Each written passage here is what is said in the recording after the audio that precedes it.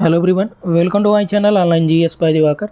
तो इस वीडियो में हम लोग जो आपका बिहार का पीजीटी का पेपर हुआ है उसी को सॉल्व करेंगे। और पेपर का लेवल देखिए बहुत ही ढंग का पूछा गया है। चाहे आप किसी भी स्टेट के पीजीटी के एग्ज़ाम दिए होंगे या असिस्टेंट प्रोफेसर के एग्ज़ाम दिए होंगे, उन सभी प्रश्नों को अगर आप सॉल्व करने के बाद इसको सॉल्व करेंगे तो आपको लगेगा कि हाँ, किसी लेवल का पेपर इसने बनाया है।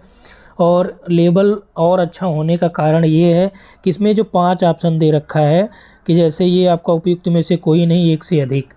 ठीक है, ये बहुत ज़्यादा यहाँ पे डाउटफुल भी रहा है।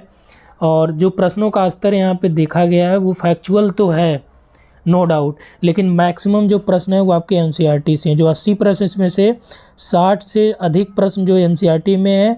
अगर आपने पढ़ा होगा, एनसीईआरटी में कई कई लाइन ऐसे पूछी गई हैं जो आपने छोड़ दिया होगा, उसको डायरेक्ट यहाँ पे पूछ लिया गया है।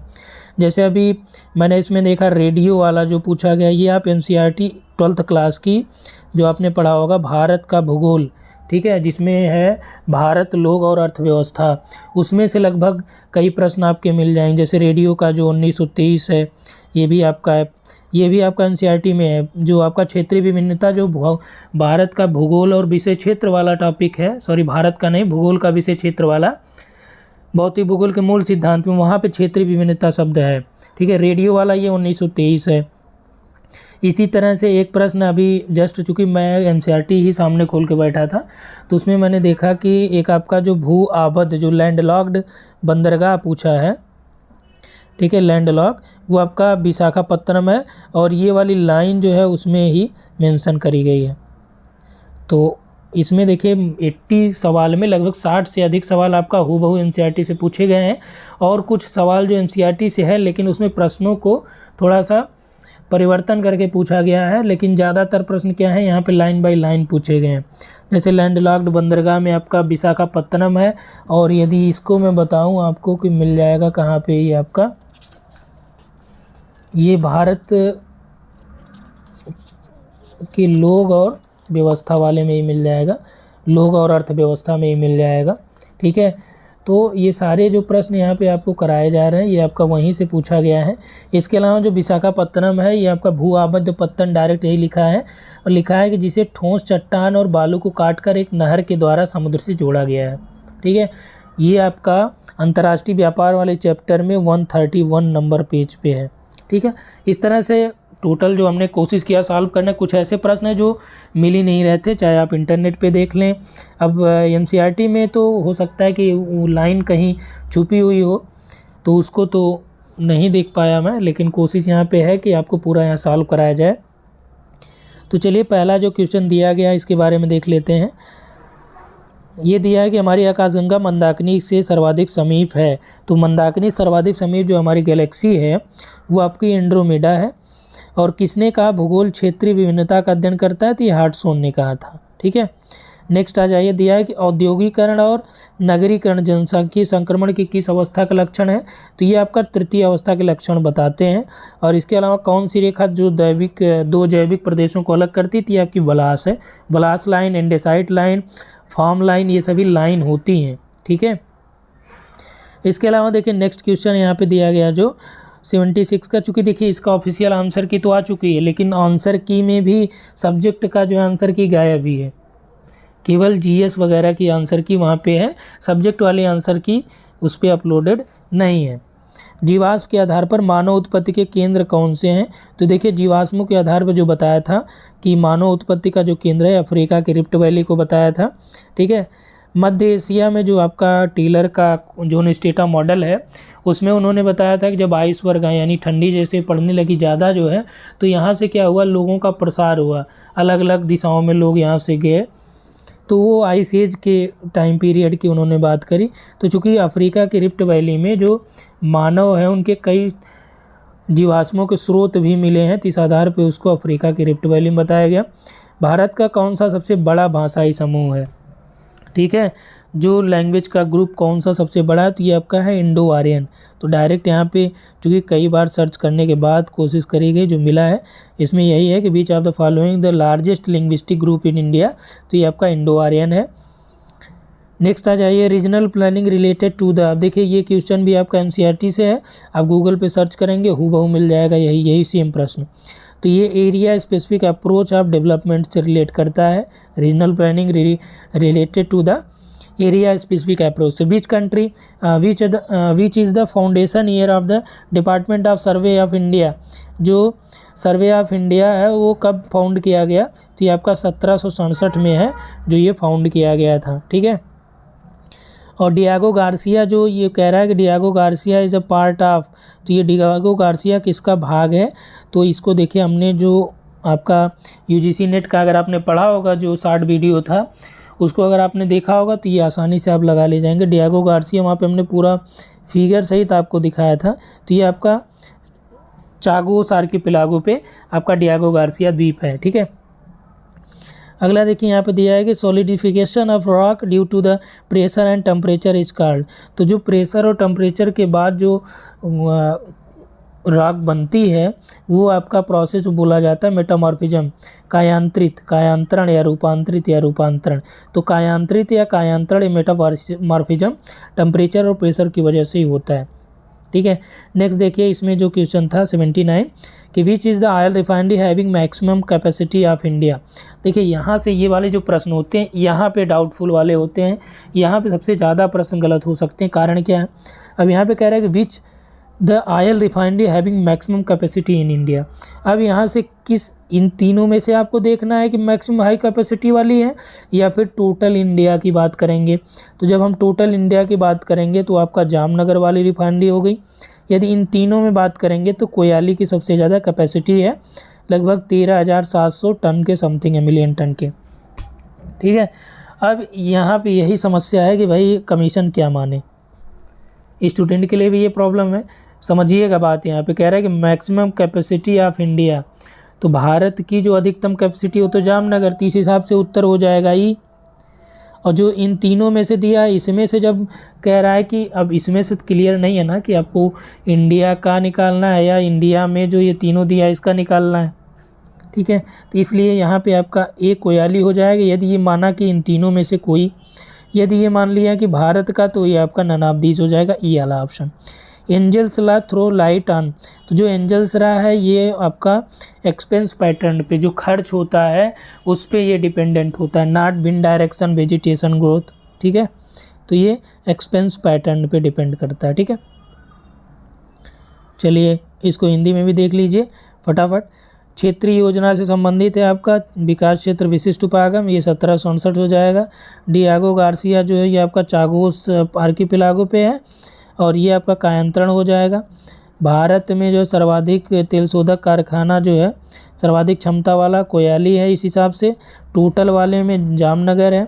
एंजल्सला खर्च प्रतिरूप पे प्रकाश डालता है, ठीक है। आगे देखिए dasymetry method is use to measure, dasymetry जो मेथड है ये देखिए प्रैक्टिकल वाला पोर्शन है, सारे प्रश्न आपको एनसीईआरटी में मिलेंगे, प्रैक्टिकल वाली एनसीईआरटी उठाइएगा, कई प्रश्न तो आपको लाइन बाय लाइन मिलेगा।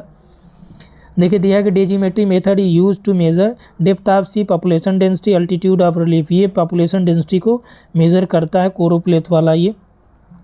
इन which of the following year was the first radio programme broadcast, तो पहला जो रेडियो प्रोग्राम था ये कब ब्रॉडकास्ट करा गया, ये जो संचार वाला चैप्टर है ना उसमें आप देखिएगा, उसमें आपको मिल जाएगा रेडियो वाला पूरा जो है, ये आपका 12th क्लास की जो एनसीईआरटी है भारत लोग और अर्थव्यवस्था उसका जो पेज नंबर 122 है, ठीक है। 121 में डायरेक्ट आपको ये मिल जाएगा, उसमें मेंशन करा गया है भारत में रेडियो प्रसारण 1923 में हुआ, ठीक है।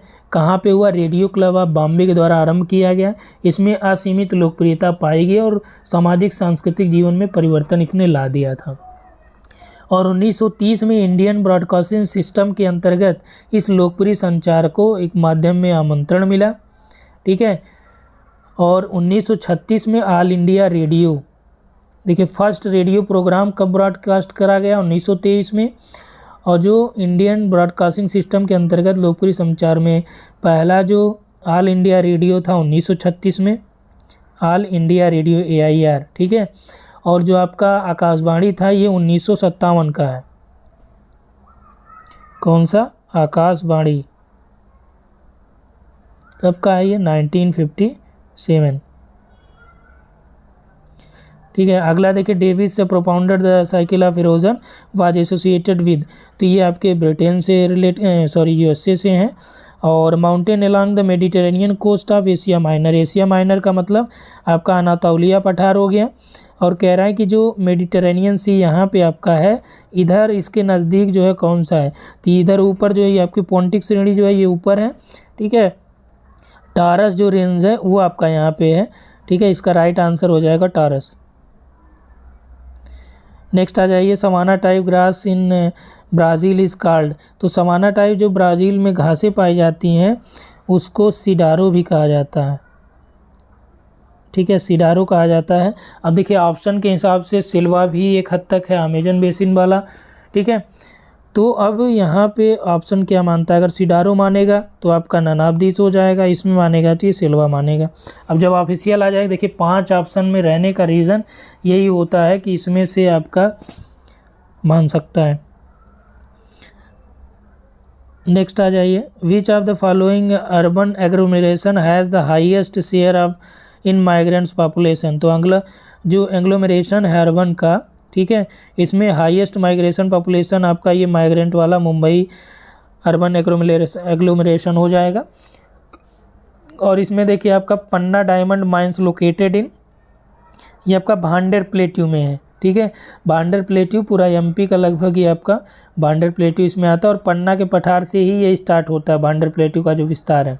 ठीक है, डेजीमेट्री का हिंदी में देख लीजिए, जनगणत तो है ये 1923 है, ये आपका यूएसए हो गया। एशिया माइनर आपका टारस हो गया। ठीक है, ब्राज़ील वाले में आप देखिए यहाँ पे जो डाउटफुल वाले हैं वो इसीलिए मैंने लगा दिया आपका यहाँ पे, ये आपका यहाँ पे ये सिल्वाज या सिडारो भी अगर मानेगा, ठीक है, सिडारो भी कहते हैं इसको, सवाना वाले को, ब्राज़ील में एग्जैक्ट जो है सिडारो ही नाम है, तो यहाँ पे ई मान सकता है या ए माने। पन्ना के खाने जो है आपका भांडेर प्लेट्यू में है। अब देखिए जो ई या ए कुछ भी मानेगा तो आप लोग क्या करिएगा, हमें व्हाट्सअप कर लीजिएगा, जब आपका आंसर की आएगा तो मैं इस पर आपको प्रोवाइड करा दूंगा इसका प्रूफ, इस नंबर पे आप व्हाट्सअप कर सकते हैं। ठीक, तो वहाँ पे हम आपको प्रूफ प्रोवाइड करा देंगे, या हमारे जो ऐप है जीएस बाय दिवाकर उसको भी डाउनलोड कर सकते हैं। तो इसके अलावा देखिए एस्टेट का भी फॉर्म आप लोगों का आ चुका है, तो उसका भी हम लोग यहाँ पे कोशिश करेंगे कि इसको पूरी एनसीईआरटी आपको कवर कराने का। अब की बार जो एस्टेट का लेवल होगा बिहार में वो इसी तरह से होगा। आगे देखिए, on which of projection does survey of India prepare the toposheet, तो जो सर्वे ऑफ इंडिया है ये टोपोसीट प्रिपेयर किस प्रक्षेप पे करता है, तो जनरली ये आपका जो दीर्घ मापक वाला प्रक्षेप होता है, लॉन्ग वाला, उसी पे करता है। तो यहाँ पे जो आपका आंसर हो जाएगा ये इंटरनेशनल पे करेगा। सीरस सूचकांक प्रभावित होता है, तो देखिए जो आपका सिफेलिक इंडेक्स होता है ये ज्योग्राफिकल कंडीशन एंड इन्वायरमेंट से भी प्रभावित होता है, एज से प्रभावित होता है, और आपका सेक्स से प्रभावित होता है। ठीक है, लेकिन जीन या आपका फूड से नहीं होता है। ठीक, तो यहाँ पे आपका ए होना चाहिए। अब देखिए जो भी प्रश्न यहाँ पे बताए जा रहे हैं, हो सकता है कि किसी में डाउट हो। अब ये नहीं मान के चलिएगा आपकी एकदम जो है यही है, हालांकि ये इस पे हम आपको एनसीईआरटी से मटेरियल प्रोवाइड करा देंगे। आप एनसीईआरटी खोलिएगा, वहाँ पे भी मिल जाएगा। अगर आप गूगल करेंगे तो भी आपको ये चीज़ें मिल जाएंगी, पर्यावरणीय कारकों पर आधारित होता है। ठीक है, भूस्खलन का प्रमुख कारण है। अब देखिए भूस्खलन का जो कारण है, अब इसमें प्रमुख कारण की बात कर रहा है, तो जो मेन रीज़न होता है वो ग्रेविटेशन होता है। ठीक है, अब इसमें जो दिया गया ऑप्शन है उसके अकॉर्डिंग हम लोग बात करें तो अब ये कमीशन के ऊपर डिपेंड करेगा कि वो क्या मान रहा है। जलयोजन से भी आपका होता है, जैसे चट्टाने हैं वहाँ पे मान लीजिए जो पर्वत है, पठार है, तो यहाँ पे कहीं दरारें हैं, अब यहाँ पे वर्षा हुई, दरारों में जल गया, तो इसकी वजह से क्या होगा, जलयोजन होगा, और ये ग्रेविटेशन फोर्स के कारण जो है क्या होगी, नीचे की ओर होगी, यही भूस्खलन हो जाएगा। स्लोप भी होना चाहिए तो ठीक है, तो इसमें आपका जो उपयुक्त में से एक से अधिक उत्तर होना चाहिए। अब देखिए वो मेन रीजन क्या होता है, केवल एक ही रीजन होता है, तो अगर इस तरह से वो मानेगा तो ये गुरुत्वाकर्षण मान सकता है। ठीक, आगे देखिए मानव भूगोल का जनक, देखिए जो है, कैसा है, क्यों माना गया है, उसको हम यहाँ पे एक्सप्लेन भी करते हुए चल रहे हैं। अब ये आपके ऊपर है कि आपका जो लगा गया है उसको आप डाउटफुल में रख सकते हैं, क्योंकि जो 5 ऑप्शन दिया है ना, इसमें बहुत सारे डाउट्स हो सकते हैं। अब देखिए, मानव भूगोल का जनक जो है ये रेडजेल है, लेकिन ब्लांस को भी बोला जाता है। ठीक है, रेडजेल और ब्लांस दोनों को बोला जाता है फादर ऑफ ह्यूमन ज्योग्राफी। ठीक है, अब यहाँ से वो क्या मानता है, लेकिन अगर इन तीनों ऑप्शन या इन ऑप्शंस में देखेंगे तो सबसे ज़्यादा प्रीफर रेडजेल को किया जाएगा, लेकिन अगर वो इन दोनों को मानता है तो आपका ये उपयुक्त में से एक से अधिक हो जाएगा, डी। समझ रहे हैं बात? क्योंकि ब्लांस को भी जो है मानव भूगोल का जनक माना जाता है, और कई बार आपसे प्रश्न पूछे गए हैं। अब ऑप्शन में अगर रेडजेल नहीं होता, ब्लांस होता तो एग्जैक्ट हो जाता। यहाँ पे आपका रेडजेल की जगह, मतलब ब्लांस नहीं होता, रेडजेल केवल होता अकेले, तो ये सही होता था। अब देखिए, तीनों दिया तो प्रीफर हम लोग रेडजेल को करते हैं, तो आपने अगर रेडजेल लगाया होगा तो ये राइट है।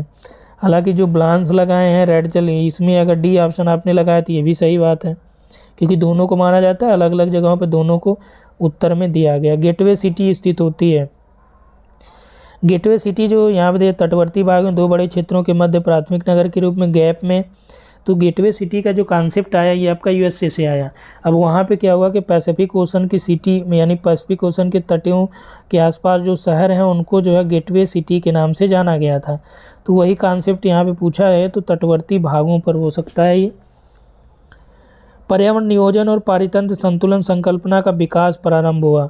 तो इन दोनों में देखिए, यहाँ पे आपका इन्वायरमेंटल प्लानिंग की बात कर रहा है, और इसके अलावा जो इकोसिस्टम में बैलेंस की बात कर रहा है। तो दोनों को बनाए रखने के लिए कौन काम करेगा? रुको जाओ नियतिवाद, यानी स्टॉप एंड गो डिटर्मिनिज्म। आगे देखिए दिया कि which one of the following is the India's rank the term of the human index development index among the country of the world in 2011।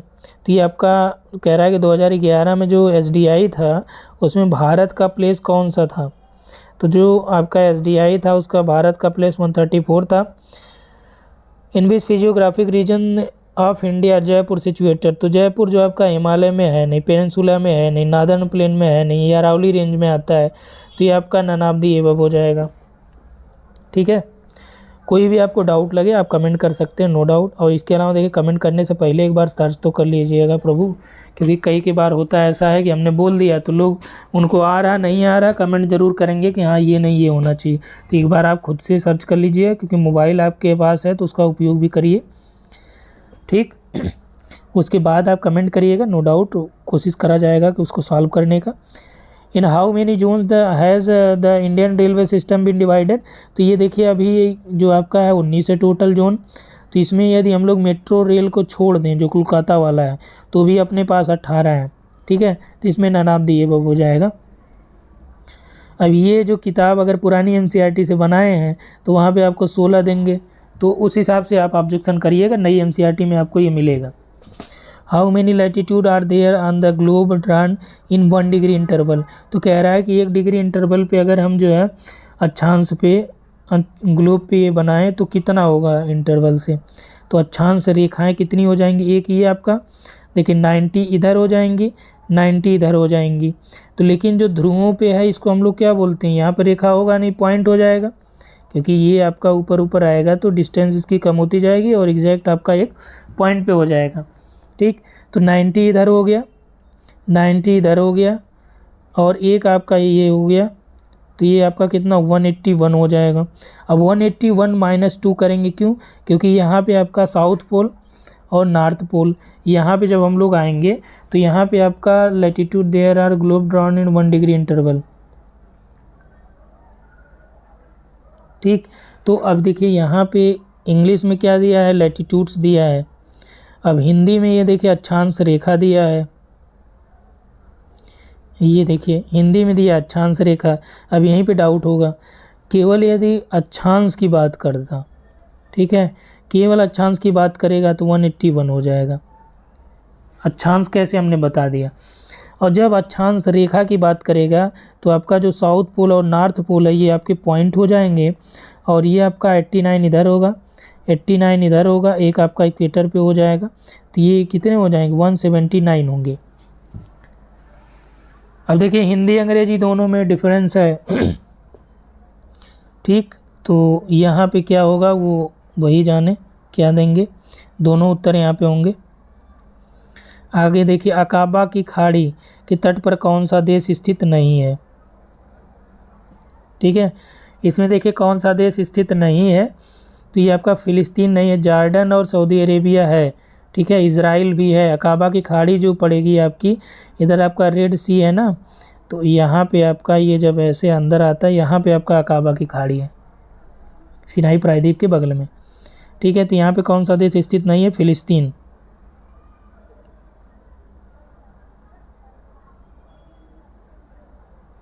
चार देश हैं जो अकाबा के तट से संबंधित हैं। पर्वत शिखर पर मिलने वाली चट्टानी सतह को क्या कर दी थी कि एग्जैक्ट आपका मिला नहीं, जियोलॉजी का क्वेश्चन यहाँ पे दे रखा है इन्होंने। इसमें जो एक हद तक सही होगा वो आपका फेल्सेनमीर होगा। ठीक है, जिसको पर्वत शिखर पर जो सपाट चट्टानें सरफेस पे पाई जाती हैं उन चट्टानों को फेल्सेनमीर कहते हैं। ये एक हद तक सही है। अब देखिए ये कमीशन के ऊपर है, ये मुझे भी नहीं मिला, तो यानी कि इस आधार पे आप देख सकते हैं कि अगर हम लोग इतना खोज लिए, अब देखिए बहुत तो नहीं खोजा गया, हालांकि मोबाइल से जो सर्च करा गया तो उसमें जब ये चीज़ें नहीं मिली तो इसका मतलब यही ना हुआ कि प्रश्नों का स्तर ढंग का रखे हैं। Green labour is labour who, कह रहा है कि ग्रीन लेबर कौन होता है, जो, हिंदी में आ जाइए, जो हरित गृह में कार्य करता है या प्रथम बार वेतन के लिए करता है या कृषि क्षेत्रों में संलग्न होता है। तो ग्रीन लेबर वह होता है, जैसे अब हम लोग अगर जो आपका WHO है, ठीक है, या WLO है, लेबर ऑर्गेनाइजेशन, उसके द्वारा जो संकल्पना दी गई कि जो ग्रीन इकोनॉमी में काम करे, इन्वायरमेंट या उससे संबंधित सेक्टर में, तो वो ग्रीन लेबर हो जाता है। और जो अपना ग्रीन लेबर ग्रीन कॉलर वाला है, तो इसमें ये कहता है कि जो ग्रीन इकोनॉमी में यानी इन्वायरमेंट वाले में यानी ग्रीन इकोनॉमी में जो काम करे, यानी कि पर्यावरण को लाभदायक वाली जो इकोनॉमी हो।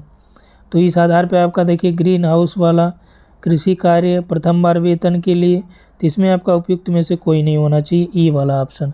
अब वो ग्रीन लेबर को ग्रीन लेबर मान रहा है या ग्रीन कॉलर लेबर मान रहा है, वो कमीशन के ऊपर है। जो इसके अनुसार जो सही उत्तर होगा ई हो जाएगा। ठीक है, पर्यावरण प्रदूषण ने किस चीज़ को जन्म दिया, नियतिवाद को, नवनियतिवाद को, वैज्ञानिक नियतिवाद को, उपयुक्त में से एक से अधिक या कोई नहीं। अब देखिए ये वाले प्रश्न बहुत पूछा गया है, यानी कि आपको इन्होंने कहा कि भाई आप इधर उधर की मत सोच के आप पूरा अप्लाइड ज्योग्राफी पे आइए। जो आप जियोमॉर्फोलॉजी में पढ़ते थे कि नदी के द्वारा निर्मित स्थलाकृति, हिम नदी के द्वारा, और आपका जो पवन द्वारा निर्मित स्थलाकृति, भैया कहीं नहीं है। ये एक प्रश्न इसमें नहीं दिया है। जो आप वो आपका क्लाइमेटोलॉजी में आप पढ़ते थे कि वायुमंडल में जो गैसें हैं उससे कोई मतलब यहाँ पे नहीं है, उनके संगठन संरचना कुछ नहीं पूछा। तो पर्यावरण प्रदूषण ने जन्म जो दिया है ये आपका नियो डिटर्मिनिज्म को बात करेगा, क्योंकि पर्यावरण पहले था, फिर इसको मानव ने क्या किया, बहुत दोहन किया, तो ये पर्यावरण प्रदूषण में हो गया। ठीक, तो एक तरह से ये आपका स्टॉप एंड को डिटर्मिनिज्म की बात करेगा, कि दोनों पक्षों की बात करेगा। आगे देखिए,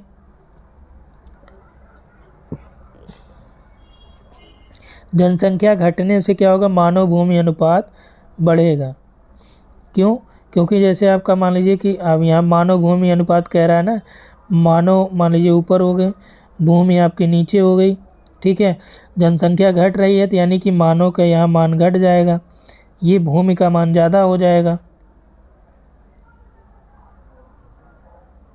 ठीक है, अगर इस हिसाब से हम लोग देखें तो जनसंख्या घटने पे जो मानव भूमि अनुपात होगा ये घटेगा। लेकिन अगर नॉर्मल वे में हम लोग देखें कि मानव की संख्या अगर कम होगी तो जो प्रति व्यक्ति भूमि उपलब्धता होगी वो क्या होगी, बढ़ेगी।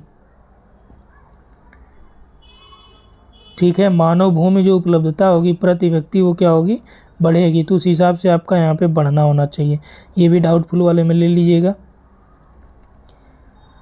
कौन सा शहर नदी तट पर स्थित नहीं है, आगरा आपका है, भोपाल, पटना, इसमें से आप कर लीजिए, इनमें से कोई नहीं। यहाँ पे आपका एक ट्रिब्यूटरी बेतवा की है,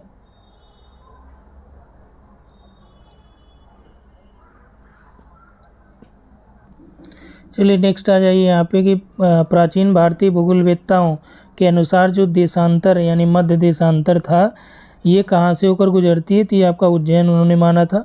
अब देखिए यहाँ पे आपका प्राचीन भूगोलवेत्ताओं का भूगोल में योगदान क्या रहा है ये पूछा गया है। तो ये टॉपिक आपका यूजीसी नेट जेआरएफ में है, ठीक है। तो प्राचीन भूगोलवेत्ताओं के अनुसार जो मध्य देशांतर ये आपका उज्जैन से गुजरा। कौन सा एक भूमि से घिरा बंदरगाह है, लैंड लॉक्ड जो पोर्ट है वो आपका कौन सा है, ये विशाखापट्टनम हो जाता है। और इसके अलावा देखिए आर्मेनिया कह रहा है कि क्या है, आर्मेनिया देखिए एक कंट्री भी है और इसके अलावा आर्मेनिया माउंटेन नोड भी है, तो मोर देन वन हो जाएगा। The other name of the thermosphere, तो थर्मोस्फियर का जो अदर नेम होता है दूसरा नाम आपका है, ये देखिए थर्मोस्फियर आपका दोनों में होगा, एक्सोस्फियर और आयनोस्फियर दोनों में होगा। जो अगर आपने नोट्स जो हमने प्रोवाइड कराया था उसको पढ़ा होगा, तो थर्मोस्फियर में देखिए क्या है कि जो आयन स्फीयर का अपर पार्ट होता है, ठीक है, upper part of ionosphere is called as lower part of thermosphere, ठीक है। यहाँ पे आयनोस्फीयर का जो अपर पार्ट हो जाएगा वो आपका ये हो जाएगा थर्मोस्फियर में।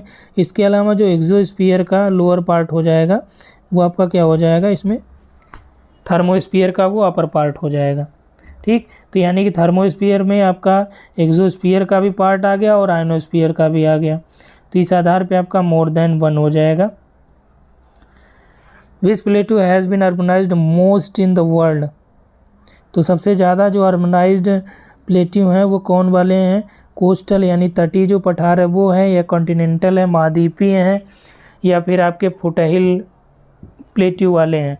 तो सर्वाधिक जो हैं वो आपके कॉन्टिनेंटल हैं, फिर उसके बाद फुटहिल प्लेट्यू हैं, ठीक है। इस हिसाब से जो आपका मोर देन वन होना चाहिए, ठीक। अब देखिए कॉन्टिनेंटल में आपका जो है तिब्बती पठार जो हो जाएगा।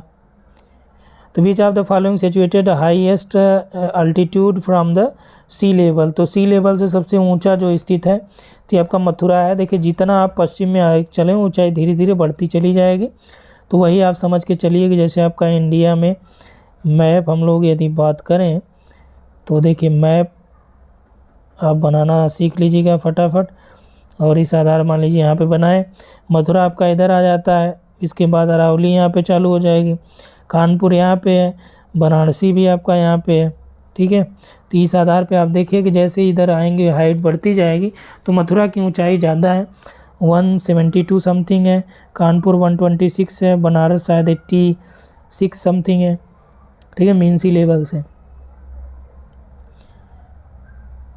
चलिए नेक्स्ट है कि पीसी कल्चर इंडिकेट्स, जो आपका मत्स्य पालन है ये इंडिकेट क्या करता है, ये इंडिकेट करेगा प्रोबेबिलिज्म को, ठीक है।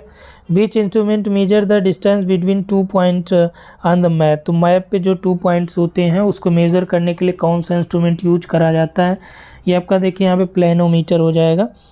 और for the first time who divided the circle in 360, तो यहाँ पे 360 जो है ये आपके हिप्पारकस हैं जो उन्होंने ये आपका डिवाइड करा है। आर्मेनिया जो है एक देश भी है और आपका पर्वतीय गांठ भी है। तापमंडल देखिए बहिर्मंडल आयनमंडल दोनों में हो जाएगा, ये सही हो जाएगा। इसके अलावा देखिए विश्व में नगरीकरण किस पठार पर अधिक हुआ है, तो ये आपका नगरीकरण जो है सर्वाधिक महाद्वीपीय और पर्वतपति पठार पे हुआ है। तो यहाँ पे देखिए कौन सा सागर तल सर्वाधिक ऊंचाई पर स्थित है, मथुरा हो जाएगा। मत्स्यन आपका प्रोबेबिलिज्म यानी वोचके स्पॉट का हो जाएगा। मानचित्र पर 2 बिंदु प्लेनोमीटर हो गया, हिप्पारकस हो गया, ठीक है। नेक्स्ट आ जाइए, what type of system is our solar system, तो ये आपका ओपन सिस्टम है सोलर वाला, ठीक। माउंटेन तेहरान जो सिचुएटेड है ये आपका एल्बोर्ज पे सिचुएटेड है, ठीक है, जो ईरान की राजधानी तेहरान है। Which of the following group of city between arrange the sequence their ranks, अब देखिए ये देखिए एग्जैक्ट आपका याद नहीं आ रहा था, इसको आपको खुद निकाल लीजिएगा। वो निकालना कैसे है कि आप मुंबई का बेंगलुरु का इनका एरिया निकालिए। Cities have been arrange the sequence of their rank, किसमें कह रहा है कि ठीक है इनके आकार के रूप में आपको डिफाइन करना है। तो इस आधार पर हम लोग देखें तो दिल्ली, ग्रेटर मुंबई, चेन्नई, कोलकाता इसको कर सकते हैं, या फर्स्ट वाले को कर लीजिए। ये देखिए ये भी डाउटफुल में रखिएगा। अमरकंटक सोर्स आप ये सोन नर्मदा महानदी ये मैकाल रेंज वाली हो गई, ठीक है। और नेक्स्ट आपका topographical map which state has the maximum magnetic decline, ये आपका हो जाएगा मेघालय, ये भी डाउटफुल में है। ठीक है, push and pull factors responsible for किसका माइग्रेशन, ये आपका किसका है, ली का मॉडल था पुश एंड पुल। ठीक, यहाँ से आप हिंदी में देख लीजिएगा। विच रैंक मेक्स सॉइल फर्टाइल, यहाँ पे हिंदी में आ जाइए, किस वर्षा से भूमि उपजाऊ होती है। तो ये देखिए आपको पीपीएससी की साइट पे पूरा पेपर भी मिल जाएगा। भूमि उपजाऊ किससे होती है, ये आपका जो मड रेन होगा। इतिहास का जनक हेरोडोटस हो जाएगा। नेक्स्ट आ जाए, क्रिस्टालर ने अपने केंद्रीय स्थल सिद्धांत में किसको वरीयता नहीं दी, केंद्रों के बीच की दूरी की बात उसने करी है, आकार साइज की भी बात करी थी, ठीक है, फंक्शन के बारे में बात करी थी, लेकिन उन्होंने स्पेशली जो साइज थे शहरों के एग्जैक्ट उनका नहीं बताया, केवल उनके बीच के डिस्टेंस को बात करी थी। ठीक, समुदायिक प्लेनों की बात करी थी, जो अजम्पशंस थे उसमें, तो इसमें ए ऑप्शन हो जाएगा। लैंडसॉफ्ट जो है ये आपका जर्मन स्कूल का है। ठीक, ये देखिए ये वाले डाउटफुल है, हो सकते हैं, इसको आप एक बार देख लीजिएगा। टिहरी डैम जो परियोजना है ये इसका विवाद किससे संबंधित है, तो टिहरी जो डैम है ये आपका कारण क्या है विवाद को लेके, यहाँ पे जो विस्थापित हैं उनको लेके विवाद है। ठीक, तो ये किस विचारधारा से प्रेरित है, यानी विवाद जो संबंधित है ये आपका नियतिवादी से है, संभववादी से, रुको जाओ से है, तो ये आपका डिटर्मिनिज्म से होगा। क्यों, क्योंकि जो यहाँ पे बांध बनाया गया इससे जो पर्यावरणविद हैं वो चिंतित हैं कि भाई यहाँ के लोग विस्थापित हो गए, यहाँ का जो इन्वायरमेंट है उस पर इफेक्ट पड़ेगा। तो विवाद जो संबंधित है वो नियतिवादियों से रिलेट करता है। किस वातावरण में बिखरी हुई ग्रामीण बस्तियों की उपस्थिति की उम्मीद की जा सकती, किस वातावरण में बिखरी हुई यानी डिस्पर्स्ड दिखेगा आपको, राजस्थान के शुष्क या अर्धशुष्क यहाँ भी डिस्पर्ड रहेगा, और उत्तर पूर्व और जंगल की पहाड़ियों में भी रहेगा, तो यहाँ पे एक से अधिक आंसर हो जाएगा सही। विच of the following river the highly polluted, तो सबसे ज़्यादा जो प्रदूषित है वो आपकी यमुना हो जाएगी। और यहाँ पे देखिए ओशन बॉटम रिलीफ के लिए इनमें से कोई नहीं होगा, क्योंकि ओशन बॉटम रिलीफ जो होता है ये आपका हिप्सोमेट्रिक कर्व से होता है, हिप्सोमेट्रिक कर्व से होता है, ये उच्चता मितीय वक्र के द्वारा होता है। Which canal does not shorten length of sea routes, कह रहा है कि कौन सा कैनाल जो है ये शॉर्टन यानी कि जो समुद्री मार्ग है उसको शॉर्ट नहीं करती है। चलिए यहाँ पे आ जाइए, एर्गोग्राफ है ये वाला क्वेश्चन है ना, कह रहा है कि समुद्री मार्ग की लंबाई कम नहीं करती कौन सी। देखिए स्वेज कैनाल क्या करती है, समुद्री मार्ग की लंबाई को कम कर देती है, पनामा नहर भी करती है। सू नहर क्या करती है, सू नहर पंचनद झीलों में, ये आपका सुप ह्यू ट्रिक हमने बताया था, सुप से यानी कि आपका सुपीरियर झील और ह्यू से आपका ह्यूरन झील, इनके बीच जो आपकी नहर है कौन सी है, सू नहर है। ठीक है, तो सू नहर जो क्या ये समुद्रों के बीच की दूरी को कम करती है, नहीं करती, बल्कि ये झीलों के बीच है, तो इसलिए आपका इसको हम लोग मान लेंगे कि ये इनकी दूरी को कम नहीं करती है, क्योंकि आर पार होती तब एक तरह से हो सकता था। सर्वाधिक लंबी तट वाला देश कौन सा है, तो आपका कनाडा है, तटरेखा सबसे बड़ी कनाडा की है। और बिहार के किस ज़िले में मक्का का उत्पादन सर्वाधिक होता है, तो यहाँ पे सारण है, सिवान है, मुजफ्फरपुर है। ठीक है, उपयुक्त में से एक से अधिक है और कोई नहीं है। मेज का प्रोडक्शन जो सबसे ज़्यादा हो रहा है ये आपका सारण सिवान, एक मिनट यहाँ पे देखिए, अभी जस्ट हमने ये चेक किया तो इसमें आपका जो होगा कोई नहीं होगा, क्योंकि जो यहाँ पे मेंशन करा गया है तो बेगूसराय वगैरह नंबर 1 पे है। ठीक, बेगूसराय जो है ये नंबर 1 पे है।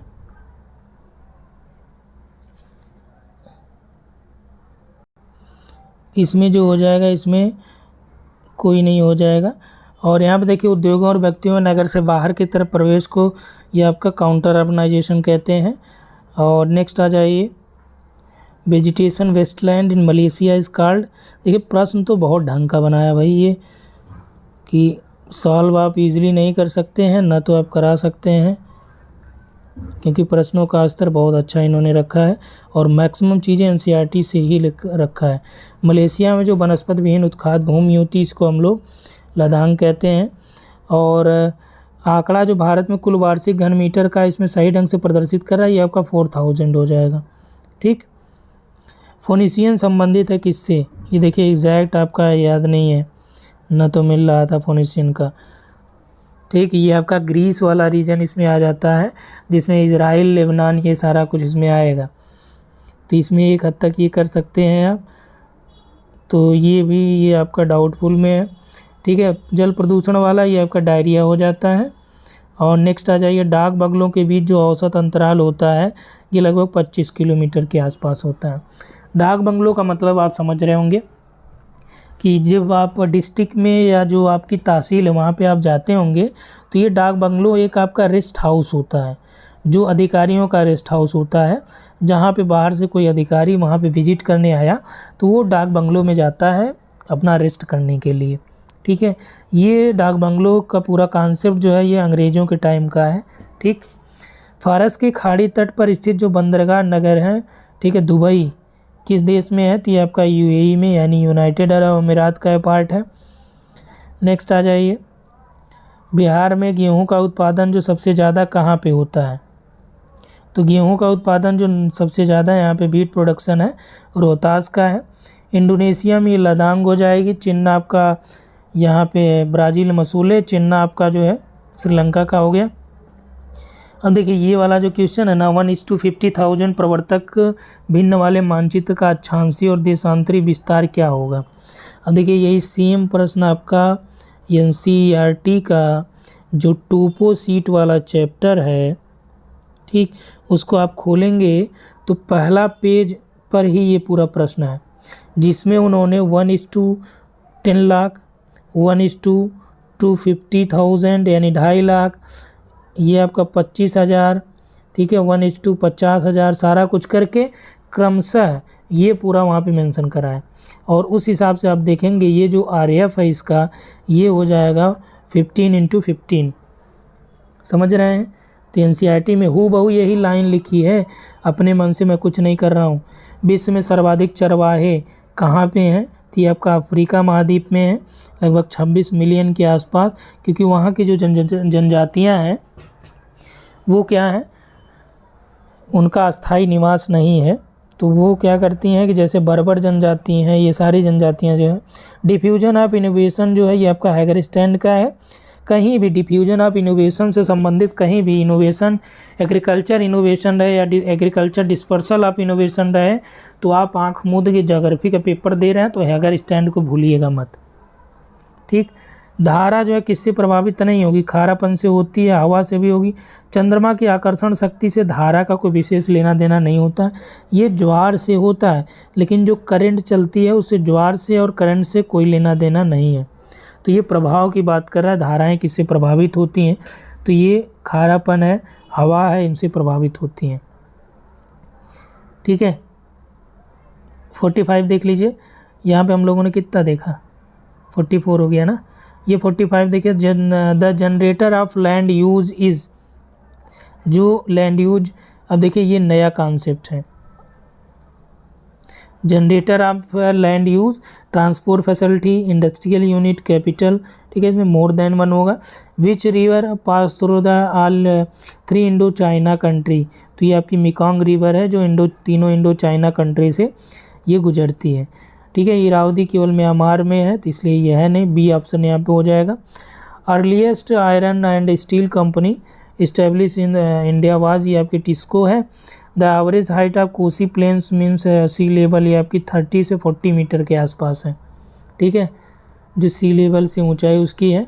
अब देखिए ये सब प्रश्न आपको पढ़ेंगे या आप इसको रटेंगे, इसको आप जानेंगे भी नहीं। ठीक है, 49 के बाद यहाँ पे देखिए 47 है, इसे मेंशन कर रहा है कि which of the following country has no international boundary with China, तो चाइना के साथ कौन जो है कोई अंतर्राष्ट्रीय सीमा साझा नहीं करता है। म्यांमार देखिए करता है, लाओस भी करता है, थाईलैंड नहीं करता। ठीक है। Which of the following is not different between the sketch and A map. अब देखिए कह रहा है कि स्केच बनाया गया और मैप बनाया गया, उसमें कौन सा ये डिफरेंस नहीं दिखा रहा है। तो स्केल जो है ये मैप में स्केल होता है, ठीक है, स्केच में स्केल यूज नहीं होता है। मैप में जो आप देखेंगे नॉर्थ साउथ दिशाएं होती हैं, स्केच में नहीं होती। रिप्रेजेंटेशन ऑफ टोपोग्राफी आपका मैप में होगा लेकिन स्केच में नहीं होता है। तो इसीलिए ये तीनों जो है किसके डिफरेंस को बता रहे हैं। इसमें कह रहा नहीं है तो नन ऑफ दीज, ठीक है।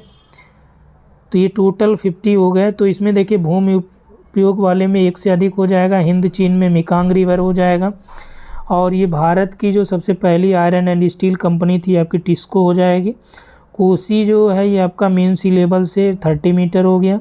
और 150 में देखिए मानचित्र और स्केच में जो अंतर नहीं है ये आपका इनमें से कोई नहीं है। और इसमें देखिए आपका सीमा कौन सी साझा नहीं कर रही है अंतर्राष्ट्रीय वाली, तो थाईलैंड जो है चाइना से बाउंड्री अपना नहीं बनाता है, क्योंकि आगे लाओस आ जाता है तो थाईलैंड यहीं तक हो जाता है, इधर आपका म्यांमार हो जाता है, ठीक है, थाईलैंड ये बीच में आ जाता है। तो ये पूरा पीजीटी का जो है पेपर रहा है किसका, बिहार का। तो आप लोगों ने अगर दिया हो तो मैच कराइए, जो स्कोर आपके आ रहे हैं ज्योग्राफी में कितने बन रहे हैं ईमानदारी से बताइए। कि देखिए पेपर कठिन है तो बहुत कोई 30 मार्क का मत बनिएगा कि भाई 80 में आपके 70 सही हैं, ठीक। तो ये उम्मीद नहीं है कि आप 70 करेंगे, आप 80 में 80 किए होंगे नो डाउट, लेकिन सही कितने हैं तो वो आप कमेंट करके बताइए। अब देखिए जो हमने सॉल्व करा है इसमें भी हम ये नहीं कह रहे हैं कि 80 में 80 सही है, कम से कम 5 से 7 प्रश्नों में डिफरेंस तो मिलेगा ही, ठीक। तो वो आप देख लीजिएगा। तो यहाँ पे इतना ही, थैंक्स फॉर वाचिंग। और इसके अलावा जो इसका जीएस वाला है उसका तो आंसर की आई है, तो आप लोग इसकी साइट से जाके आंसर की डाउनलोड कर लीजिए, उसको वहाँ से देख लीजिएगा, ठीक है। यहाँ पे इतना ही, थैंक यू।